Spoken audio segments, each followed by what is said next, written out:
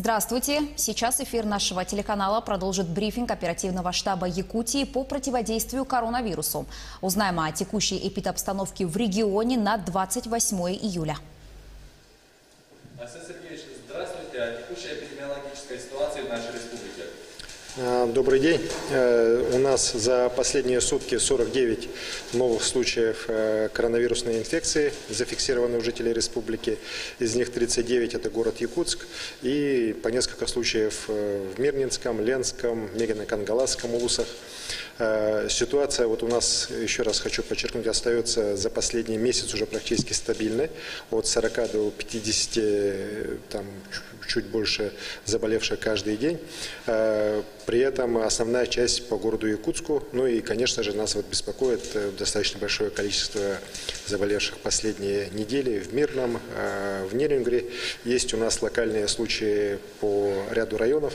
К сожалению, когда вот эти случаи расследуются, то во многих случаях мы видим, опять же, несоблюдение жителями элементарных мер предосторожности с точки зрения вот проведения больших праздников, свадеб, юбилеев, и после них по 20, по 30 случаев, когда контактные лица, ну, или бессимптомно переносят болезнь, или есть даже случаи тяжелых заболеваний, там до 10 человек. Вот, поэтому, конечно же, все меры предосторожности необходимо соблюдать. Коронавирус никуда не делся, и ни в мире, где он как раз сейчас только-только начинает набирать обороты, ни у нас в стране, ни у нас в республике.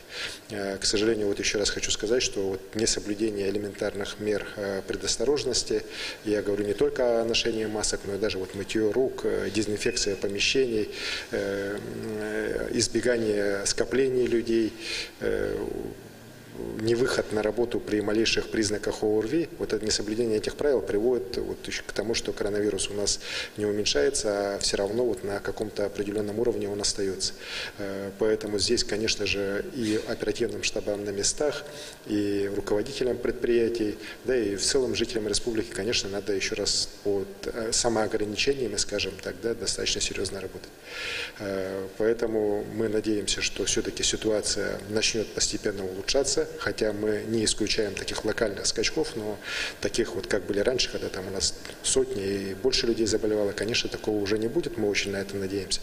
Вместе с тем, вот локальные скачки, связанные с заражениями такими внутри районов, они, конечно, к сожалению, пока еще у нас наблюдаются.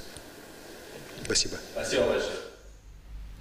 Это был брифинг оперативного штаба Якутии по противодействию коронавирусу с информацией на 28 июля. Оставайтесь с нами.